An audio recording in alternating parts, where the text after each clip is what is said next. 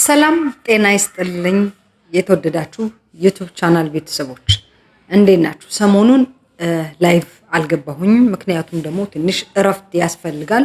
እነ አርያ ተስፋ ማርያምም መወራጨታቸው ቀጥሏል።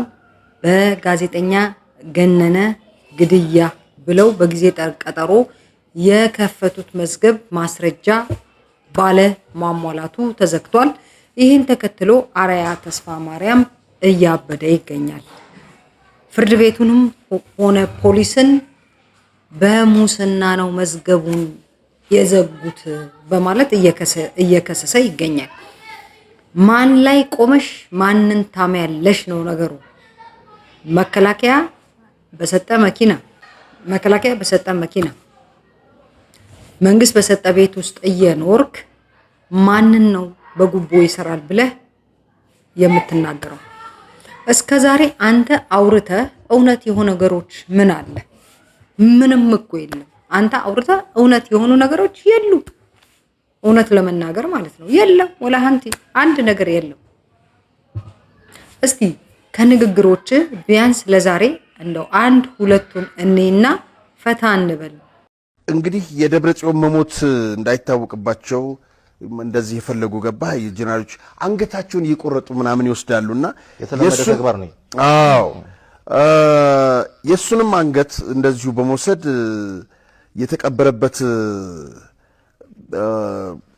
የተቀበረበት ቦታ እዛው እንግዲህ አንገቱን በማርያም ሌላው አካሉ ደግሞ በሚካኤል ቤተክርስቲያን ተቀበረ የሚል ነው። አይ ወይኔ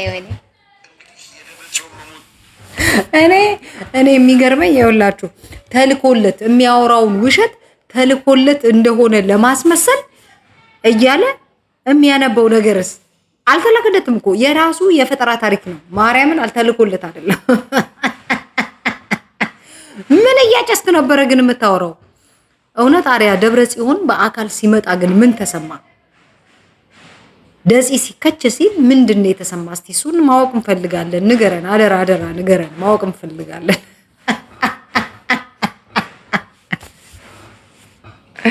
ወደው አይስቋለ እንዲ ደብረጽዮን አንገቱ የተቀበረው ማርያም ካንገቱ በከወገዚ ሌላው አካሉ ደግሞ ሚካኤል ተቀበረ።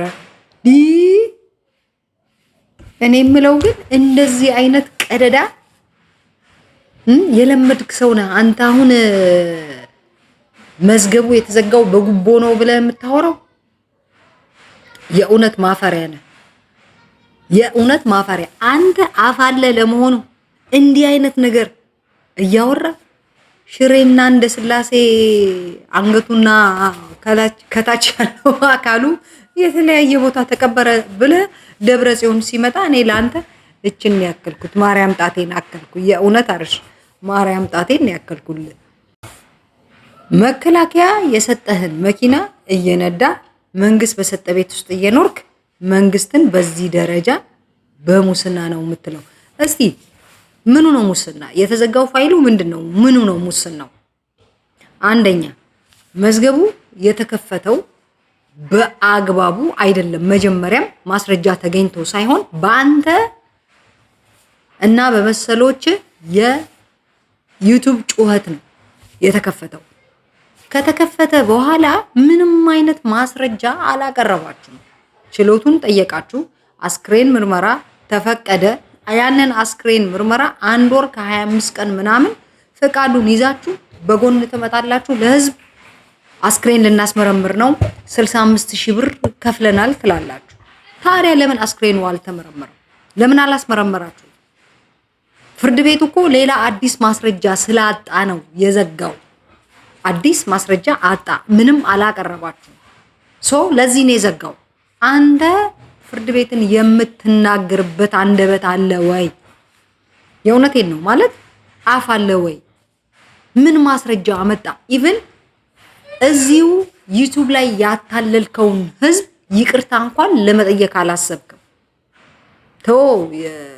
ጋዜጠኛ ገነነን ባለቤትም ሆነ ያኛው አብሯት የታሰረውን ህዝቡን ግን ይቅርታ መጠየቅ አለብህ። ያጭበረበርከውን ህዝብ ማለት ነው፣ ያታለልከውን ህዝብ ይቅርታ መጠየቅ መቻል አለብህ።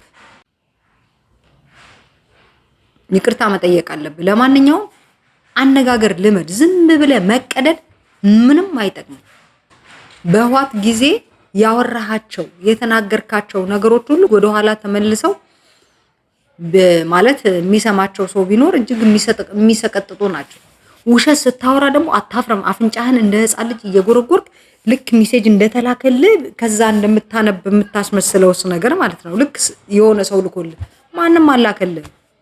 ማንም ደግሞ ማንነቱ እንዳይታወቅ ህዋቶች አንገት ቆርጠው የመውሰድ ልማድ አላቸው። ኧረ ወይኔ ወይኔ አረያ ምን ጉድ ነህ ግን! ምን የምታጨሰው ንገረን። እኛ ሪሃቢሊቴሽን ሴንተር አዋተንም ቢሆን እናስገባሃለን። አንተ የምታጨሰውን ብቻ ንገረን የምታጨሰውን ንገረን። የምሬን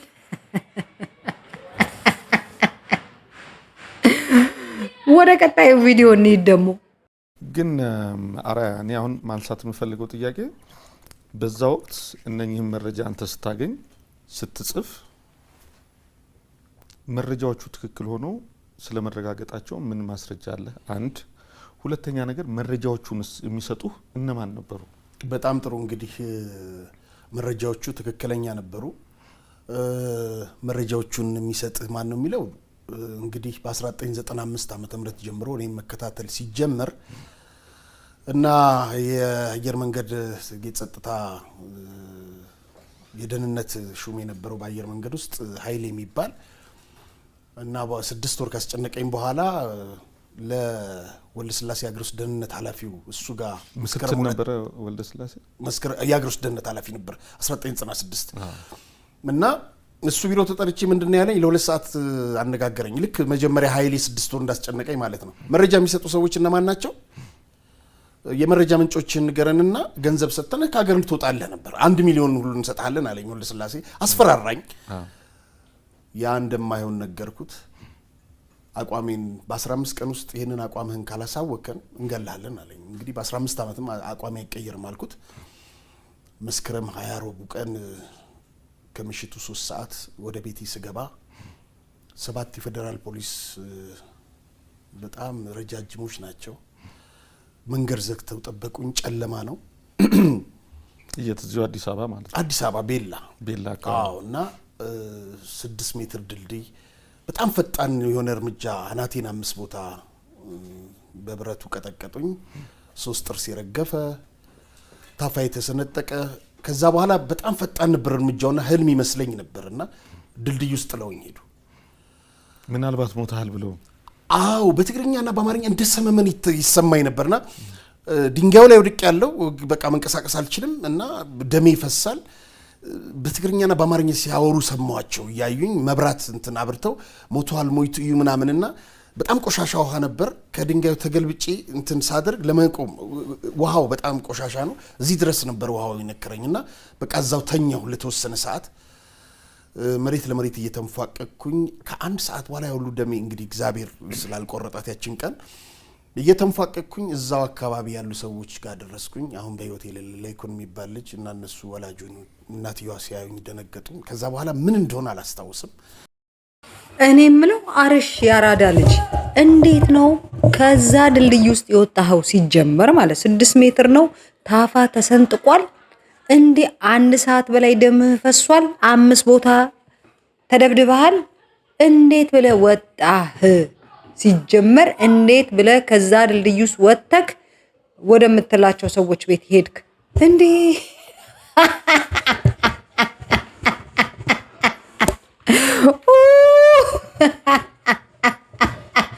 እኔ የምለው አንተ ግን የህዝብ አይን ማየት ማለት አንተማ የምታጨሰው ነገር አለ። ማርያም አርሻ አንተ የምታጨሰው ማለት ትጦዛለህ። አይገልጸውም እንዴ ጣፋ ተሰንጥቆ እንዴት ብለህ ተራመድክ?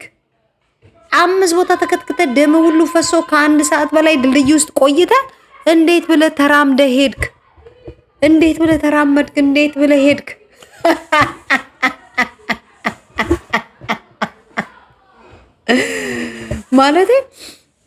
ማለት ውሸትም እኮ አይነት አለው። አረሽ ስትዋሽ አይነት አለው የሚዋሽ ውሸት። እንዴ ሲጀመር 1 ሚሊዮን እንሰጣለን እና ከሀገር ውጣ። ወያኔ ከማንም ጋር እንደዚህ ተደራድራ አታውቅም፣ አትደራደርም ከማን እኔ ሚስጥር እንደሰማሁት ከሆነ ግለሰቦች ነው የደበደቡት። በግለሰብ ጸብ ተደብድበሃል እንጂ መንግስት፣ የወያኔ መንግስት አደረገኝ የምትለውን ነገር ሁሉ አላደረገህም። የእውነቴን ነው የምለው። አደረገኝ የምትለውን ነገር ሁሉ በፍጹም አላደረገህም። ዝም ብለህ ነው የምትቀደደው። ምን አይነት ነህ በእናትህ? አሁን ይልቅ ውጣና ይቅርታ ጠይቅ። አለበለዚያ እኔ መደበሪያ ነው የማደርግህ። ወጥተህ ህዝብ ይቅርታ ትጠይቃለህ፣ መንግስትን ይቅርታ ትጠይቃለህ። በጉቦ ነው የዘጋው ብለህ ማለት ነው ያልከውን ይቅርታ ትጠይቃለህ ማለት ነው። እንደ ትንሽ በቃ ማፈር የሚባል ነገር ጠፋ። እንዲህ አርሽ ማፈር የሚባል ነገር ጠፋ። እኔ ይሄን ድፍረትህን ማርያምን አድናቂ ነኝ። ለማንኛውም በዚህ ድፍረትህ ከዚህ በኋላ ስራዬ እንደዚህ አይነት ወሬዎችን በ5 ዓመት ውስጥ ዝም ብለህ የተተረተርከውን እያመጣው እደበርበታለሁ። እኔና ቤተሰቦቼ እንደበርበታለን። ፒስ